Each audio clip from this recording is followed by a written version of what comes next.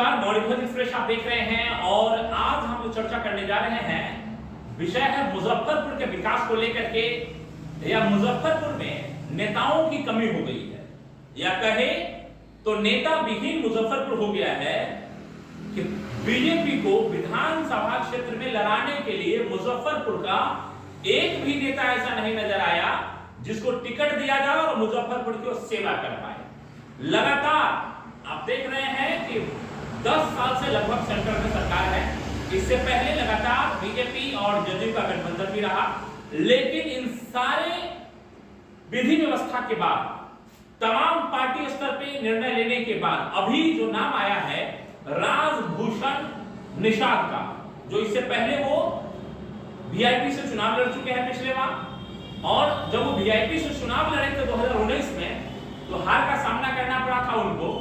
अजय निषाद से, और इस बार अजय निषाद जो सिटिंग यहाँ के एमपी हैं उनका टिकट काट करके जो पिछले बार जो उनसे टक्कर ले रहे थे राजभूषण चौधरी, पिछले बार उन्होंने राजभूषण चौधरी नाम लिखा था, इस बार राजभूषण निषाद करके उनका नाम आया है और इस बार उनको प्रत्याशी बनाया गया है। मूल रूप से रहने वाले वो समस्तीपुर के हैं और इस बार उनको पिछले बार भी मुजफ्फरपुर से लड़े थे। मुजफ्फरपुर एक ऐसा सीट है जहां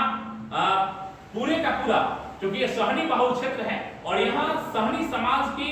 बहुलता को देखते हुए लगातार जो भी पार्टियां हैं सभी की सभी पार्टियां यहाँ तो चुनाव में कैंडिडेट तय करती है, वो कैंडिडेट इस हिसाब से तय करती है जातीय समीकरण को मिलाते हुए ताकि यहाँ से निकाला जा सके। मोदी लहर के बाद भी यहाँ से स्थानीय स्तर पे मुजफ्फरपुर का एक भी नेता बीजेपी को नहीं नजर आया या बीजेपी को एक भी मुजफ्फरपुर का बेटा की अगर बात करें, तमाम युवा जिन युवाओं को लेकर के लगातार चर्चा होती है कि तमाम युवाओं को आगे बढ़ाने की बात हो रही है, युवाओं को लेकर के लगातार भाषण दिए जा रहे हैं, लेकिन भाषणों के अलावा अगर आप लिस्ट देखेंगे, इन लिस्ट में अभी सिटिंग सांसद जो एमपी है अजय निषाद उनका टिकट काट करके और समस्तीपुर से जो एक कैंडिडेट है जो नेता है वो कुछ दिन पहले पिछले बार उन्होंने वीआईपी से चुनाव लड़ा और इस बार जो है वो यहां से बीजेपी ने उनको टिकट दे दिया है। और टिकट देने के बाद सवाल ये कि क्या इतने दिनों से जो भी सांसद रहे,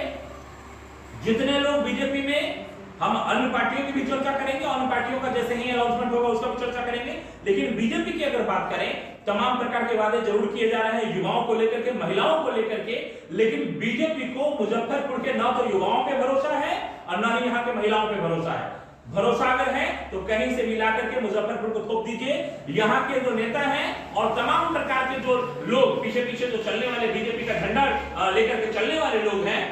वो सिर्फ झंडा ले चलने के लिए काफी है, उनको कहीं से भी उनमें इस प्रकार की एबिलिटी बीजेपी को नहीं नजर आती है जिसके कारण उसको चुनाव लड़ाया जाए। सबसे बड़ा सवाल हमारा कि क्या मुजफ्फरपुर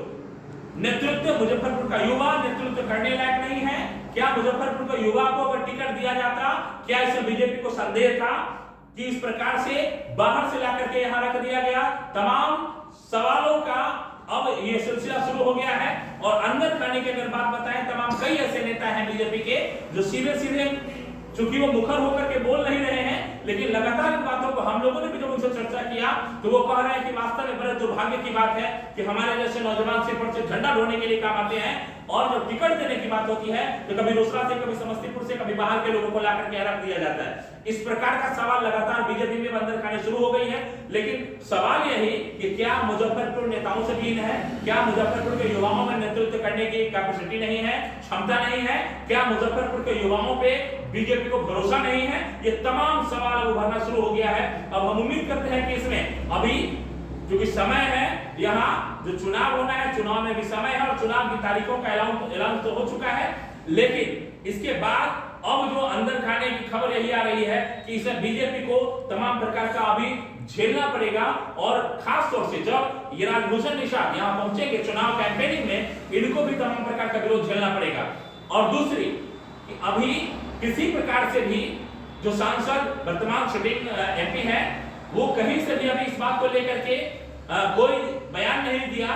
कि वास्तव में अब हम यहां से चुनाव नहीं लड़ेंगे। हालांकि उन्होंने सपोर्ट जरूर किया, लेकिन ये नहीं कहा, क्योंकि अब जो हमारे सूत्रों के हवाले से खबर आ रही है कि वास्तव में चूंकि सिटिंग एमपी है तो वो भी चुनाव लड़ने की तैयारी में है और हो सकता है किसी अन्य दल से वो भी चुनाव मैदान में उतरेंगे। लेकिन कितनी सच्चाई है क्योंकि अभी खबर है सिर्फ, और खबर जब तक ये सामने नहीं आएगा, जब तक वो अपना पर्चा नहीं भर लेंगे तब तक इसकी पुष्टि नहीं की जा सकती है। लेकिन खबर इस प्रकार का, और बीजेपी में ही तमाम प्रकार का विरोध अभी शुरू हो गया है। हमने जिनसे ही बात किया है वास्तव में कई नेता इस प्रकार के बयान देते नजर आए कि वास्तव में क्या मुजफ्फरपुर के युवाओं में उस प्रकार का गट्स नहीं है, वैसी क्वालिटी नहीं है कि वास्तव में यहाँ इस प्रकार का नेतृत्व कर सके या एमपी बन करके यहाँ से भेजा जा सके। इससे पहले भी जॉर्ज फर्नांडिस यहाँ से चुनाव जीते थे सबसे बीच में, जो उस समय तमाम प्रकार का विकास देखने को मिला। लेकिन अभी की अगर बात करें तो ये राजभूषण निषाद जो पिछले बार वीआईपी से कैंडिडेट रहे मुजफ्फरपुर में, जो हार का सामना किए, और जो भी वर्तमान एमपी हैं, वर्तमान जो सांसद हैं, उन्हीं के खिलाफ उन्होंने चुनाव लड़ा, उस पर हार गए थे और अब उन्हीं का टिकट काट करके अब टिकट इनको दे दिया गया है। फिलहाल तस्वीरें मॉनिटर एक्सप्रेस चैनल के माध्यम से तमाम मुजफ्फरपुर के युवाओं से हमारी अपील कि वास्तव में आप बताएं और कमेंट करके बताइए कि क्या वास्तव में अब जो है मुजफ्फरपुर के युवाओं में कितनी क्षमता है और कितनी क्वालिटी है कि वो केवल झंडा ढोने के लिए काम आ रहे हैं, या वास्तव में उनको अपनी भागीदारी भी चाहिए, या उनके अंदर जो क्षमता है उसको दिखाने का एक मौका भी चाहिए। क्योंकि 5 साल में एक बार मौका मिलता है इस क्वालिटी को दिखाने का, और ये भी मौका उनसे छीन करके, मुजफ्फरपुर को युवाओं से छीन करके, मुजफ्फरपुर के किसी भी युवा को मौका न देते हुए बाहर से लाए हुए किसी भी प्रत्याशी को यहाँ उतार दिया जाता है। मजबूरी ये है कि अब मोदी के नाम पे ये जीते या हारे ये अलग मामला होगा, लेकिन सबसे बड़ा सवाल यही होगा कि वास्तव में मुजफ्फरपुर के युवाओं पर बीजेपी को और बीजेपी के शीर्ष नेतृत्व को कितना भरोसा है, ये सोचने वाली बात है। इसलिए तमाम